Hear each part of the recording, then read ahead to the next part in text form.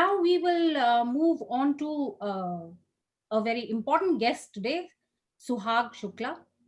Welcome, Suhag. She is the co Yep. founder of the Hindu American Foundation. She holds a BA in religion and from the University of Florida. She has helped steer the HAF to being recognized as a leading voice for civil and rights, human rights, and religious freedom. She serves and has served on so many boards and committees that I'm telling you, I could not take the names of all of them. I will just give you a few examples because the list is far too long. So, one of these include the Council on Foreign Relations, the Humane Society of the United States, and the Department of Homeland Security Subcommittee for the Prevention of Targeted Violence Against Faith-Based Communities. So that gives you an idea of what she does. She also writes extensively, and we would like to hear her ideas on stories and how women are the custodian of stories, how they carry forward culture through stories. Please go ahead, Suhag. Thank you, Smita ji. And I have to say that the way that you set us up, it's really woven so well where we're kind of leading into the next conversation. So thank you for that thoughtful moderation. Thank you to Indic Academy for hosting this important conversation. And I hope it's the first of many. I can only imagine if we were meeting in person, the type of energy that would be palpable. And so hopefully we can bring at least a little bit of I that wish we were uh, all in Chicago. through the web. So my journey to and even within Indic feminism comes from my experiences as a Hindu American woman. And so I'm going to start with something and largely personal. And it starts with Saturday morning malish. Malish in Gujarati and maybe in other languages is oil massage. And so I grew up in a not nuclear family. And so my paternal grandmother was really the pillar of our family. And so as she got older, with her aching muscles, my sister and I were assigned the task of doing oil massage for her. And I have to admit that as a young girl, I kind of resented the time sometimes because it meant it was time away from playing outside or doing whatever else I did. But they were also moments that I relished because those were the times when we received stories from her, stories of Ram and Sita, of Krishna and Draupadi, of Mirabai, Jhansi Ki Rani, Dhruv, Prahlad, stories of her own life. She was married at a very young age, at the age of 13 or 14, to my grandfather, who was significantly older than her, and then widowed at the age of 35. So hearing about her struggles. Um, my next exposure to stories was in college. You know, that sparked an interest of this is how we get to know who we are. And especially growing up in the United States, when you're straddling two identities largely, one at home and one outside, these stories really struck a chord. So in college, I pursued a degree in religion and also focused on women's issues. I happened to have a professor who was a practicing Hindu and a woman. And so that led me to stories of Gargi, Lopamudra, and Maitri, who we've heard about before, and even writing a thesis, The Vedic Woman, Who Was She and Will She Return? The point of all this is that, as Aditi said before, that our brains are wired for stories, but for an oral tradition, stories are our life breath. So from these stories, wherever I was getting them from, they helped build my moral compass. They gave me righteous female and male role models.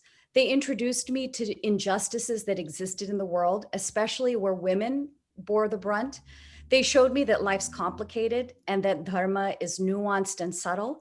And it sparked a lifelong quest to learn more and to keep seeking truth and knowledge. Now, contrast this with no shortage of 60-minute segments, because I grew up here in the United States, of dowry to bride burning to widow homes. And this is not to deny the reality of this, but you can see how, as young women, whether we're here in the United States or across the diaspora, and I would say even in India, you can have a cognitive dissonance between the stories we're told of ancient times to modernity, and it can leave many people confused.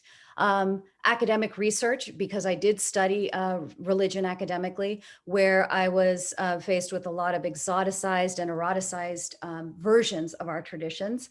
And then, of course, my own observations of what I saw, and having grown up in the United States, being immersed in Western feminism, it's difficult to recognize something until you have a perspective from a different vantage point.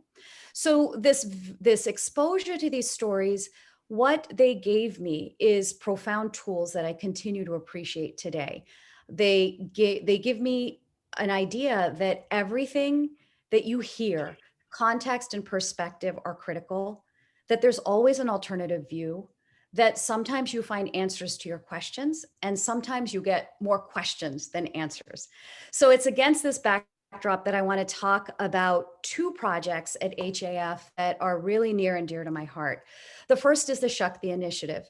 The Shakti Initiative came about because as a Hindu woman and as an organization that seeks to educate the public about Hinduism and Hindus, we were oftentimes asked, what are the resources available online or public, readily available about Hindu women, about where the role of Hindu or women are in Hindu society, et cetera, et cetera. What we came up against was, of course, the news that we're all familiar with, and the conflation of social evils with the Hindu tradition, that probably predominated. And the underlying narrative there was that there's a general inferior status of women to men, and it's rooted in Hinduism. Of course, these stories ignore factors such as greed, jealousy, and power. It doesn't explain sometimes where we see social evils, the protagonists are oftentimes women.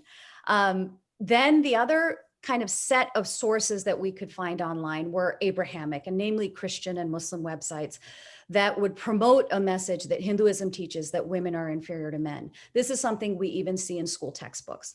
And of course, there were selective, mistranslated quotes to kind of make the point. So from that, the Shakti Initiative was born. It's an online clearinghouse that seeks to highlight different teachings by and about women. And so there's basic introductions to goddesses, about the legends around them, symbolism and the values that they inspire, oftentimes festivals and unique practices that oftentimes women are the torchbearers of, and women philosophers who we've heard about earlier from our speakers, and figures from Ittihas.